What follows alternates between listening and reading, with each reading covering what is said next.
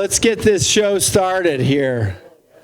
All right, I want to welcome everybody to Snippy 3 2025. Yeah, here we are getting started. It's very exciting. The event's grown about fourfold. There's 125 people coming this year, which is cool. And a lot of really cool people are here. So I'm excited to have this event. And I'm gonna introduce a few of these people here on the stage, introduce myself. First, I want to introduce Katie, Paige, and Tony Angiola right here. Okay, these are the researchers and authors of this new book, Snippy the Horse. And if you haven't got a copy yet, I'm sure they have some here for sale later. Is that right? Okay.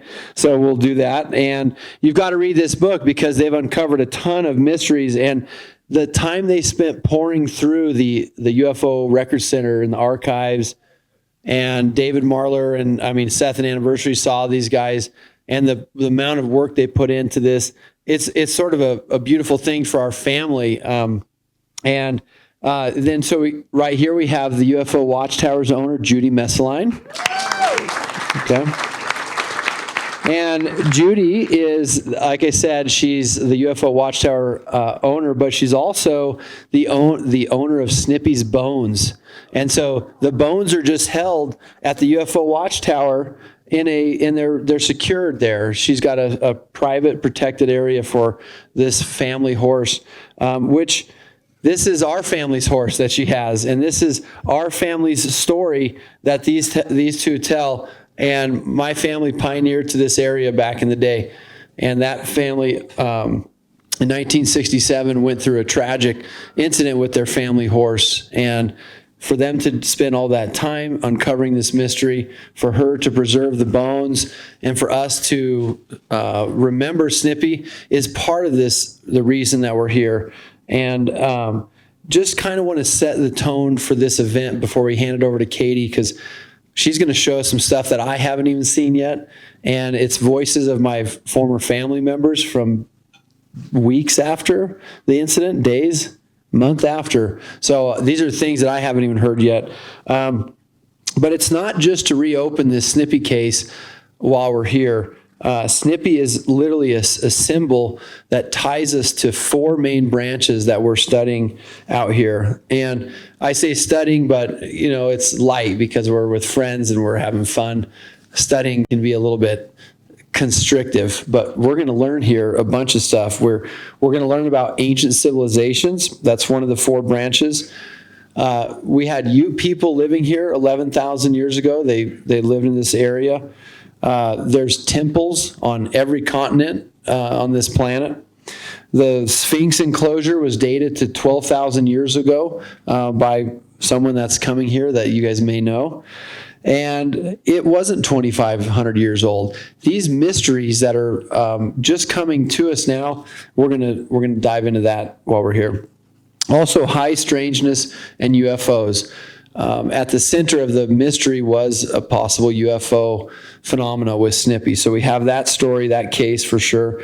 But the San Luis Valley is an energy vortex. There are sightings and claims of balls and of light and different shapes in the sky for decades now. And so we've seen this going on. Black boxes, light balls, chupacabra, orbs. We see a lot of this here. And the third branch is metaphysics. We have this human body that we're all encompassed in, this multidimensional body that we're in. We're learning so much more about how powerful we are. And so we have individuals here that are going to take us a little bit deeper, whether it's time and space or the sacred geometry that's inherent in all things. These are some of the things we explore here. And then finally, we have our astronomy nights, okay? We have Bortle Sky 2 skies above us, which are great for deep observation. The Milky Way, if you're just looking for Milky Way. And it's really a way to search beyond for life. And looking up to the cosmos is a very powerful thing. So hopefully you'll find time for that. Unfortunately, it looks like the clouds have a different plan for those that are interested in these kind of things. Tonight, in fact, we've decided to pull back into this tent. For those that want to do anything with astronomy related, we'll come back into here. We're not even getting the telescopes out. You can't see deep space stuff with a cloud. It's just how astronomy goes, and we're not bound just by the astronomy here. So Mark D'Antonio and Judith Jubb are going to take us through a 9 o'clock presentation. You're welcome to leave after this, but they're going to do a 9 o'clock. You can do bonfire. That's going on till 11. But Snippy is truly a gateway for discovery and exploration. The San Luis Valley, where we're in, is the vessel. And we're here not to hear stories, but to stretch our collective vision. And with that, I'm going to hand it over to Katie. She's going to come up here and show us through some of these old archives. Thank you.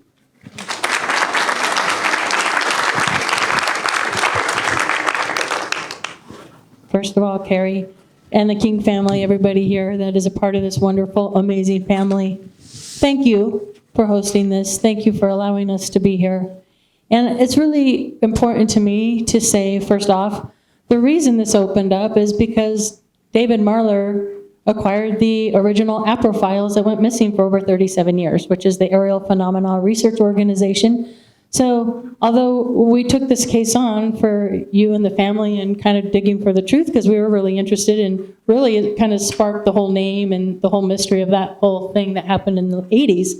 But we're just the messengers. We don't have like opinion on what's true. We're here to present what we found in the APRO files, in the photographs, in the original recordings that you haven't heard yet. So that's kind of, we're the middlemen, you know. And Tony Angiola over here, he was the one who did the bulk of the writing and the work and the research, and he would go through and find every article, every book, everything he could find, and then compare which one is accurate, what is the truth. So he's a truth seeker, and so I give a lot of credit to him. I did some of the graphic work and things like that, and was the support system and helped him along the way, but he did the bulk of the work. So thank you, Tony, for that. I also,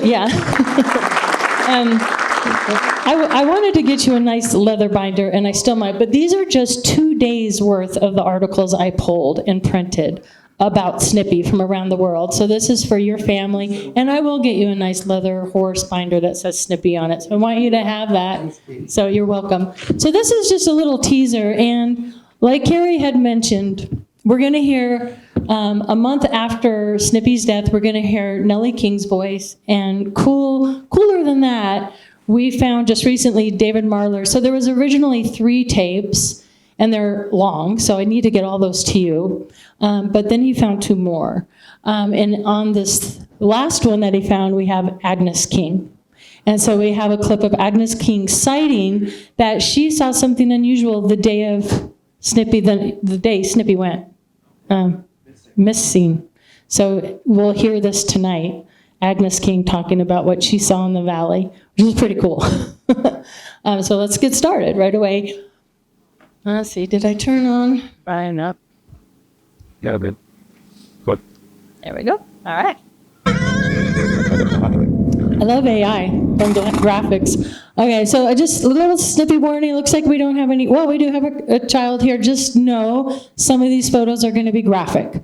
So if you have any issues with seeing Snippy in his condition after the oh, and I want to mention Joe Spencer. I'll get to you too because you were there when it happened.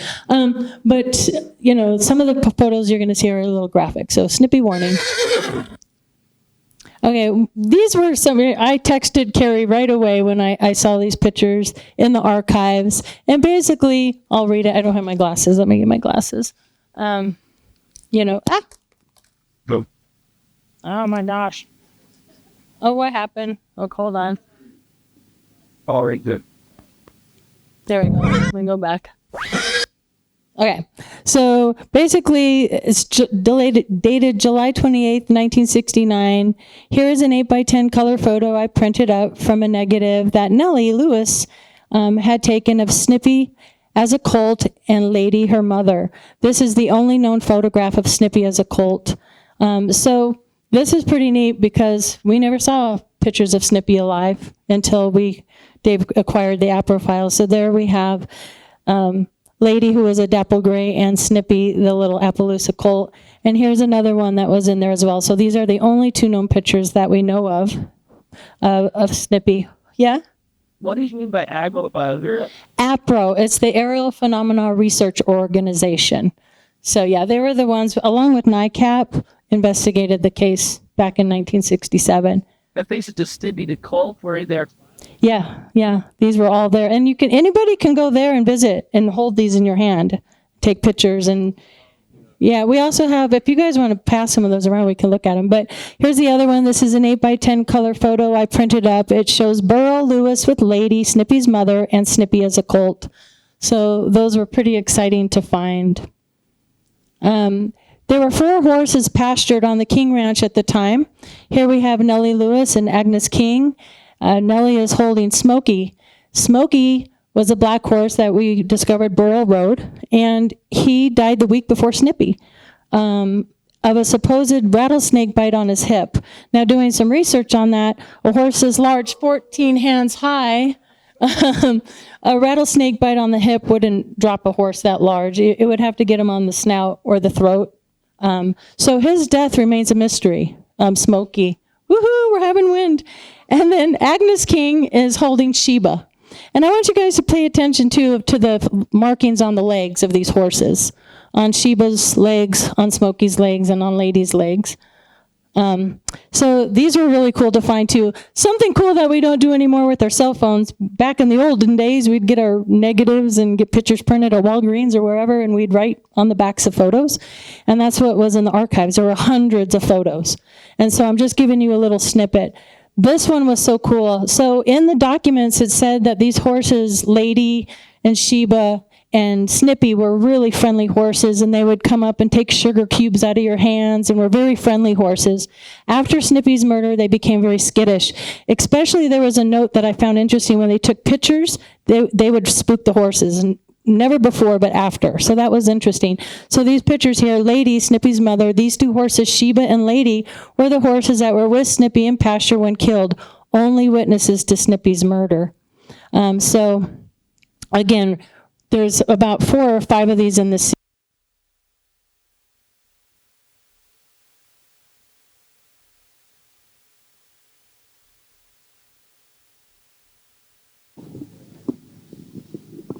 Yep, that should work. Oh, where do I turn it on? Hello? Oh, there, okay. So there's a whole bunch of these in this series. These are just 2 of them. Significant. Why is what significant? Oh, well, because these are pictures of Lady and Sheba after Snippy's gone. Right, exactly. Anyway, okay, so now we're going to hear some audio, and I'm just going to sit and be quiet and let this run through. This audio is of some of the investigators right after the death, and you're going to hear Nellie in this recording as well. This is Herb Roth, and Ken Steinmetz, Phyllis Steinmetz, his wife, and Captain Dick Cable, Space Defense Center at NORAD, myself. We're on our way to Alamosa. This is October the 8th, Sunday morning. The sun isn't up yet. It's still dark.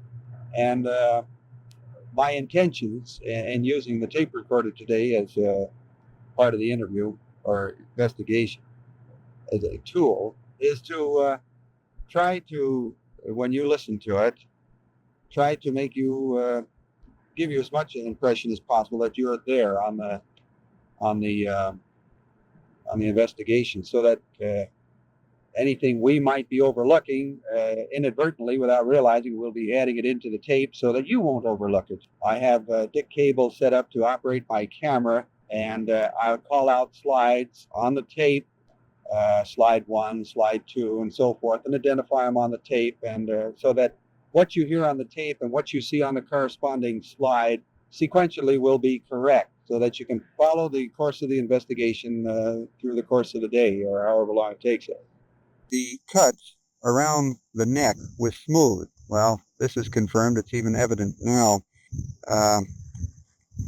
We'll get a picture of that. That'll be slide 4. Slide 5 is going to show how the neck, the entire neck, and the head of the animal is completely exposed, devoid of any flesh.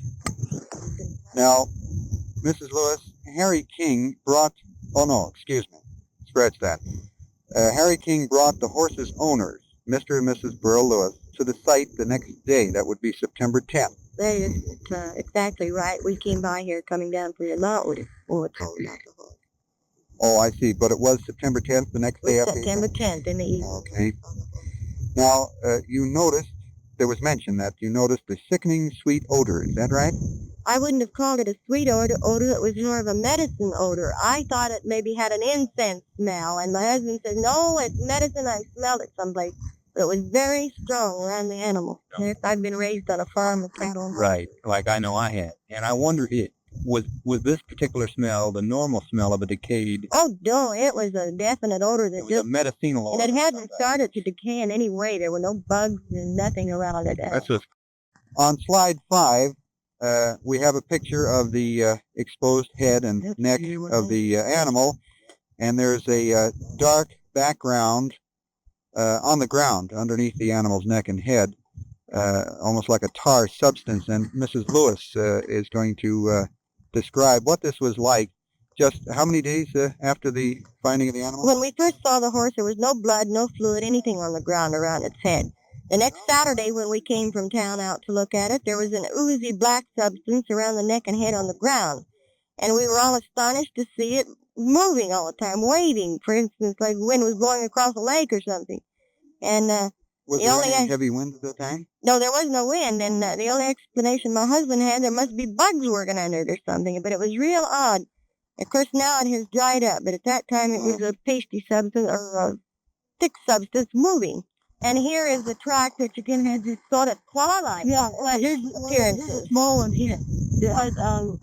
Slide 9 was to give the impression of what was just previously mentioned as a claw-like track. Please don't let that get out to the papers.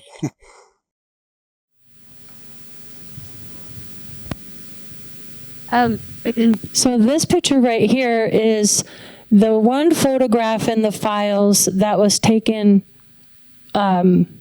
closest to Snippy's mutilation. And this reads, and you can kind of see the Appaloosa spots on Snippy on this one as well. But it says dead approximately 9 days when taken. Maggots have eaten neck and back. Drainal, a Polaroid print of maggots later died on the carcass. This picture is the only print still existing that was taken that soon after Snippy's death. All other pictures taken have mysteriously disappeared. So I thought that was kind of interesting. Rigor mortis hadn't set in yet. This picture, you can tell he's been laying there a little longer. What's interesting about this photo of Snippy is you can see that bare left hind leg was also bare of flesh, and you could see clearly his back right leg was clearly broken as if dropped from above. I think that's significant because on what you'll see tomorrow during the presentation are a lot more of these photos and some maps that were drawn. And you could see the 3 horses that were remaining, because remember, Smokey had died the week before, so that left Lady, Sheba, and Snippy. And you can see the prints because it had rained that week, and they said you could even see little bird tracks on the ground. And you could see the horse prints. All 3 horses were being corralled by something, a light, a UFO, I don't know, and they're zigzagging, and you'll see the map. And then you see the 2 horses, Sheba and Lady, run back to the King Ranch, and you see Snippy's prints milling in a circle like this, and then dropped like how many feet away? There was discrepancies in how many feet away, from 25 to 250. So that was a big discrepancy there, but clearly the horse was dropped further away from where it milled in a circle. So these are really significant pictures. Tony, do you want to add anything that I missed? Oh, well, we could talk about the skull. When they found the horse, the skull was white like it had been laying out there for years. Now, Joe is one of the first 3 people to be out on the site right here. Joe, wave your hand. Yeah. A week later, the skull turned pink, and a week after that, they turned black. So very mysterious. There's a lot. Here's what I learned, and we'll get to this when you ask me questions later, but there was a lot more evidence in this case that blew my mind that related to Rocky Mountain Ranch, and I had no idea the amount of evidence to this case. I just thought it was the first animal mutilation. I didn't know it had all these other components to it, and we'll get to that tomorrow and a little bit tonight. So here we have Agnes King. This is a picture of the King family here. I can't name them all, Keri, maybe you can. This is Nellie and Burl, and there's Nellie holding one of the pictures, but I'm gonna run this. The voice you hear in this is Agnes King, so I'm just gonna let you guys listen. There. If you would just describe what you saw and the way you saw it, as you mentioned, you didn't have your glasses on and you went to get them and things of this nature. So just natural. I heard this object flying over the house, and it was so close to the roof, I thought I'd run out and see what it was all about. But the time I got out, why, it had gone on farther south, and I couldn't see it very well. I'd forgotten to put on my glasses. But it was aluminum colored. Yeah. But I couldn't make much out about the shape of it. By aluminum, do you mean that it was shiny looked like looking? Or, aluminum, yes. there was no color to it like a white paint? No color to it. It just looked like aluminum to me. Was there any, excuse me, was there any sound? Oh, yes, it made a loud noise. Very loud. Have you ever heard an airplane or a helicopter come over your ranch before? Oh, I mean, well, was it yes. possible it might have been? Dozens of times, hundreds of times. But this didn't sound just exactly like they did. I see. It had a different sound. But we don't know anything about what killed that colt. It had been coming up here at night with its mother, and Thursday night didn't come up, and so Friday night then it didn't come, and my son came in from work, and I told him he better go up and see where that colt was, because it hadn't been up for 2 evenings now. And he went down, and he found it down there where it was, found it dead down there. It kind of frightened me, and I jumped up and ran out, and I didn't have my glasses on, couldn't see after I got out there very good. Was there any vibration or feel any vibration from it at all? No. Nothing rattled? No. You had a sensation that it was quite low, though, you said, right? Oh, yes, I know it was low by the way it sounded when it went over the house here. Very loud. And this direction was north? It came from the north and went southwest. It's almost like a shot though. Mm-hmm. And the only description you can give it is that it appeared to be metallic looking, you said, Yes, aluminum. it looked like aluminum, made of aluminum. Mm-hmm. Quite large? No, not very large. All right, that's what I got. That's a little teaser there. Kind of emotional, huh? Yeah. So I can't wait to give you all the audio files, because it'll be hours of you listening. So I'm glad I was able to share that. Thank you. Okay, well, I got these folks up on the panel. We haven't heard from Judy yet, which your mic's hot over there, Judy. So I just kind of want to ask you, what has it meant to you to be the keeper of Snippy's bones over there at the UFO Watchtower? Yep. Use. Please use the mic yet. It should just work. Does it work? Yep. Okay. Well, the thing is since Katie uncovered all this stuff, now we've had to change our story at the tower because we were calling Snippy a she. And it's hard to go from she to he. Yeah. A little closer with the mic. Can I say one thing about that? One of the things that was interesting that we uncovered in the documents is Agnes King, the woman you just heard on the tape, she's in her 80s, and Snippy was known to be kind of this mischievous, kind of, maybe that's where he got his name. And at the time in 1967, Jackie Kennedy was all that, right? So she compared Snippy to Jackie Kennedy and quoted, "He's just like Jackie Kennedy, a proud little colt." And I think the confusion started really that early with the newspapers, because we found papers in that binder where it'll say a he and then a she and then he and then she. So the confusion started pretty early. Yeah, and that's one of the biggest mysteries is our whole life, Grandpa Bob told me it was Lady the Horse, that they had just gotten it wrong in the news. But it turns out these guys have uncovered through lots of evidence that it was Snippy, the actual male colt, but this is a big story difference, right? Well, it is, and let me tell you something. When my Bring the mic kids- up. Up. Microphone just close to your face. Thank you. Yeah, get it right in there, Judy. When my kids were young, they took these classes through, was it FFA, where you guys learned the anatomy of the horse. So my son Larry is now basically taking over the UFO Watchtower. So I go in there the other day, and he's cleaning Snippy's case on the outside near her rear end. I mean, his rear end. See? So he says to me, he said, "This isn't a mare." He said, "This is a colt." He said, "The pelvis is not right." But he had already studied this when he was younger, so he points it out to us. Yep. Well, I tried for almost 10 years to get Snippy's skeleton at the UFO Watchtower, just to put it on display. I wasn't planning to own it.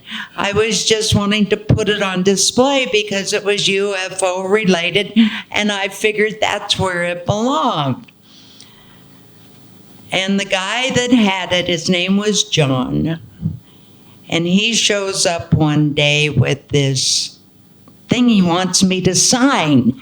And it says, number one, you have to get a $100,000 insurance policy on the bones. Okay. Huh. Number two, you can't use any of the pictures or anything for publicity or postcards or anything. And number three, he says,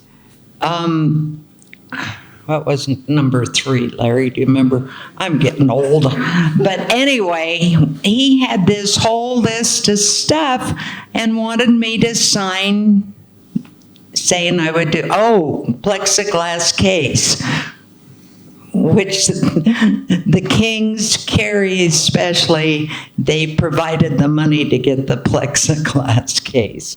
Yep. Which we really appreciate. You're very welcome. Thank you so much.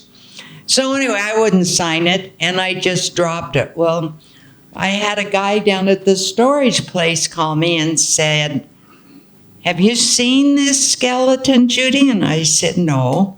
And he says, "Well, come on down here. We've got it down here. We're storing it."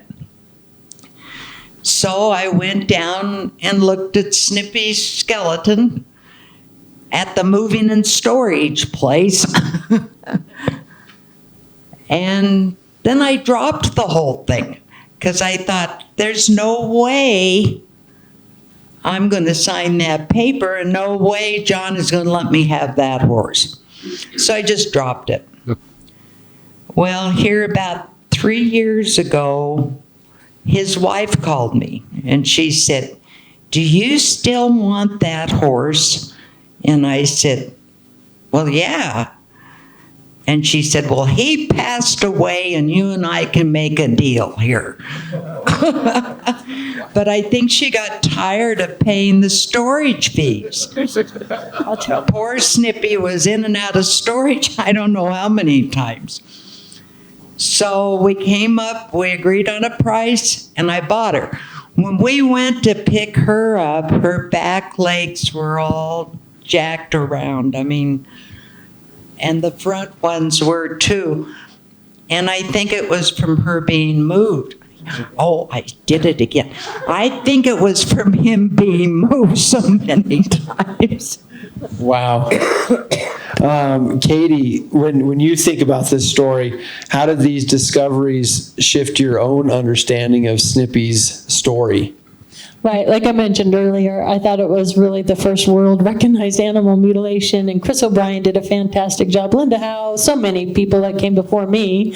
But for me, it was all the other evidence, like all that, it's like boxes, hum sounds. Hum, the 75-foot circle, all the other circles on the holes in the ground, things flying in and out of Mount Blanca, the sightings in 1966 and before and after and still to this day, and on and on and on. It was all of it. And I had no idea. So that's what, all of it. Yeah. And you mentioned earlier, Katie, about how maybe it turned into a lady or a she instead of Snippy, the male cult. But I wanted to ask Tony, when you think of this confusion, lady versus Snippy, how does this endure for 60 years? We know how it, gets put off track maybe, but then how does it decade after decade, even in our own family? Tell me, how do I think it's lady? The pronouns are really confusing, right? And even Don Richmond got it wrong in his writings. He saw, she read the word, it said her in the type, He even mispronounced other investigators' names. He mispronounced Ed Boggs as Al Boggs, and just all kinds of typos and just mispronunciations, articles with his and her back and forth. But at the end of the day, we know that these hip bones are of a male gelding, and many veterinarians and pathologists and investigated this case all referred to this horse as a he. And then when we ran those hip bones through AI, we conclusively got the information. We took as many pictures as we could of those hip bones from the Watchtower, and we were able to determine that. Tell him about Ernest Wellington. Sure. So next door to the ranch, the King Ranch, was the Wellington Ranch, which was known as the Dead Cow Ranch because they had so many mutilations, they didn't know what to call it. It's the Dead Cow Ranch. A lot of the students from Alamosa State College would come out. Joe Spencer was giving us a lot of insight on the green ooze and various things. But the name and we don't know why Burl changed the story. In the 80s, he said this, it was Lady that died, but we all saw the photographs. Lady's alive after Snippy's death. And it could have been that Keri had a good insight on this. He felt that Burl wanted this to possibly go away, and why not just muddy the waters? Chris O'Brien has videotape interviewing Burl, and I want to see it to kind of get his facial reaction on how he's speaking and whatnot. So Ernest Wellington, who lived next door, investigated this shortly after with Nellie and Burl, and they're the ones that discovered the green ooze, the tool, and this tool looked like a chicken gizzard, and when they picked it up, they broke it open, and the same green ooze that's around the horse in puddles came out of this thing, which was 500 yards away from the horse. We think that the horse was approximately about 30 feet, really, from where the milling in the circle was. But 500 yards away was this bush that was squashed down to like inches, which was normally about 3 feet high.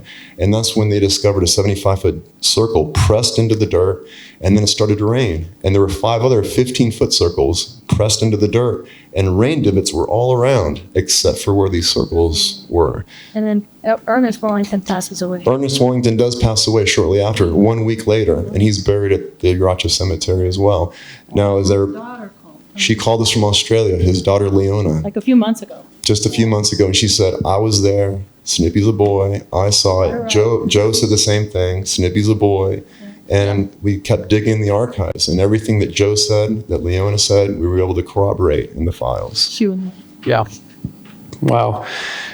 Judy, one more question for you. When you encounter visitors that are coming to the UFO Watchtower, what patterns do you see among them, and how does this case resonate with countless UFO encounters reported along the cosmic highway here?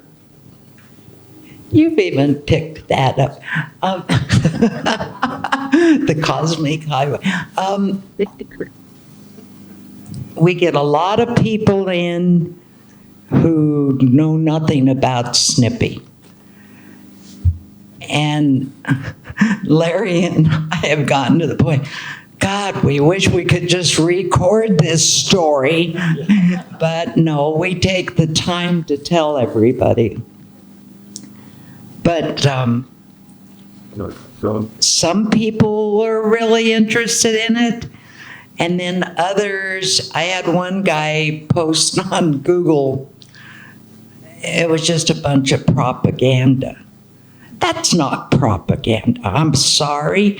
I wish I could speak to him personally because it's not.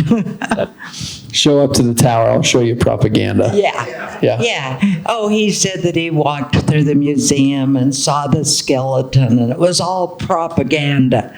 Yeah. where did the skeleton come from? You know, what did I do? Did I make that? No. So anyway, but then there's a lot of folks that see on my T-shirts what I put was Snippy the Horse. Google it. Somebody said, "Does Google pay you to do that?" And I said, "No, I wished, but." You really want to know, Google it. All of these articles will come up, you know. Yeah, it's just amazing. You guys are all going to get to take away your own, what you think, what happened to Snippy. You know, you've got this research that's just come out. You've got Judy coming in and out. You're the ones at the center of what you choose here to believe. But it is definitely a mystery. And just to ask all the panel members, we just have a few minutes left, but before we open it up to a few questions, but with anybody that wants to step in, if Snippy is not only a victim, but a messenger, what is the message? Oh, it's for me all the time. Well, it's a passion of mine, and I think Snippy's messages, I am a historian, I love archives and research, and I'm a truth seeker too, or at least what we can get from what we have to look at. So I think Snippy is, he's sort of the messenger of, don't forget the past. Let's move it forward and let's find, I'm always seeking answers. I mean, I've gone as all of you know, because you're all interested in all these topics, it takes you down so many different roads. Consciousness, all the things you talked about, archaeology, we talked about the Native American history in the area, all these things play a role, and Snippy is kind of the mascot for all the things we're looking into. And even from my own personal journey, the Rocky Mountain Ranch, there's so many similarities. So sort of like Snippy's this horse. It's like, hey, don't forget about me and all the mysteries in the world. So that's what he is to me. Yeah. Tony, any insight on what's the message here? This took me down a rabbit hole that I never thought I'd go down, to the point where I started researching the 1800s, when Agnes was born in 1882, how she lived in Uraka when the Wellington family owned the sawmill. They were going to build houses out of wood. They had to shut it down because the New Mexicans were coming in building homes out of mud huts, so they didn't need the wood, so they moved away. Uraka went down, just became a cemetery.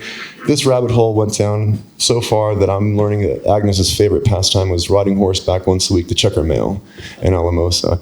But as far as to Katie's credit, and the fact that Ben and I wrote a book on Socorro, they compared this to Socorro, and there's correlation with so many numerous cases in 1967, like dozens and dozens. And just yesterday, I'm going down the rabbit hole from Europe, Australia, in 67 with similar stuff happening to animals and egg-shaped craft, you name it. And I probably need to start working on another one, But history, what Snippy's saying, it's the biggest puzzle, the biggest mystery, and it's something we all need to keep searching for. What's Wonderful. I'll ask you, Judy, a different question. How do we, as a gathering tonight, carry this story forward as a group? How do we carry it? Just get the facts straight. Larry, what? If you can get whoever put the story into Wikipedia needs to put it in writing. Fix Wikipedia as a beginning. That's how you carry the story forward. We tell people to Google it, and Google's wrong. well, yeah, Gotta take time. Because it goes to Wikipedia. Yeah, Wikipedia as well. that's a good note. Who's making a note on that one? Well, I can't even get So, Google to change the directions to the tower. I mean, they bring everybody in on the back road. So I'm going to open it up to some question and answer. I know Joe, we got you first, but this mystery is bigger than any one panel in one night. And so what questions might you have for Katie, Tony, or Judy, for me, anything about this story? And I'm going to put my mic out here into the field. Do we have a mic for the crowd? Just one of those should go around. Okay, we'll just pass one of these. And if you could, maybe just form a line over here if we can. That way I can just keep the mic over there. And then you can step up and have a little bit of a question. And while we're waiting for a question, I want to say thank you to all the Colorado MUFON people. We got, raise your hand, Colorado MUFON. Wow. Thank you for being here. Yeah, it's awesome. Yes. Okay. Does anybody have any questions they'd like to ask? Come on, don't be shy. We can't be that good. Joe Solve does. it all. Can we Joe, bring I'm the going mic to over to Joe? pass you the mic over here. Not a question, it's a statement. And that's that I never spoke very much about it over the years. Until recently, I've been hearing a lot of things about what happened. And I kept saying, I don't remember it that way. I don't remember it that way. That's not what I saw. And that's when I contacted National MUFON. And I just said, who do I talk to? Is there a Colorado MUFON? And they gave me Keri's number. And Keri gave me your number. And you said, can I come interview you? Well, it's like one of the things, talk about the green slime. My remembrance is different than that. What we saw him pick up looked like a stick of butter out of a box of four sticks. It was same size, same shape. Yep, like that. But when he picked it up in the pooper scooper, it jiggled just like Jello. That's why he thought it looked like lime green Jello. And the horse, well, you asked me if I knew it was male or female, and I didn't know because we were approached it from that end, but we were interested in the other side. And the body was in good shape, but from the shoulders up, you saw how it was cut, laser cut. And the weird thing about it was all the bones were bleached white. And you saw the ground around it. My first impression was all that meat melted into the ground. That's what it seemed like. Zilla. Thanks, Joe. Okay, we're almost at time. If there's no questions, we're just going to have literally a 5-minute break. So if there's any more questions, and then what we're going to do, you can just stretch out a little bit. Mark D'Antonio and Judith Jubb are going to present the astronomy night that we were supposed to have in the night sky. But because we don't have that to look at, we're going to dive into it sort of in this light, which isn't as good, but here we are, and we make the best of things. So, yes, Judy. I wanted to tell you that my son wrote a song for Snippy. Okay, Larry's written a song for Snippy. Have it on your phone, because maybe they would like to hear the Snippy song. Yeah, could you do us the Snippy song to finish us out here? Yeah, he's looking pretty happy about that, Judy. Yeah, he's very excited. Does he sing well? Good. Sure. Nope. You can just talk it out. You don't have to sing it. I'm putting the recording on. Oh, you got a recording? Yeah. Okay, well, to put the mic to it. Everybody needs a 60. Okay. Take it out of my ears. Yeah.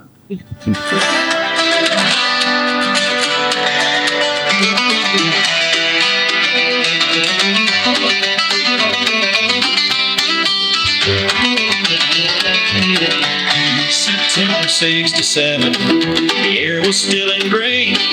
Snippy the horse went missing. 2 long, lonesome days when we found him in the pasture. Sight we cannot see. His hot strip lane with nose to shoulder, eerie as could be. Flying saucers in the night, whispers in the breeze. A mystery carved in silence, no answer to appease. Bones were bleached like sunlight, a tail so cold and stark. Out there in the desert, under the endless dark. Under the endless star, right there. Thank you so much. Okay, 5-minute break. We're going to get this thing started at 9:05, the next round. So stretch out a little. We'll see you right back.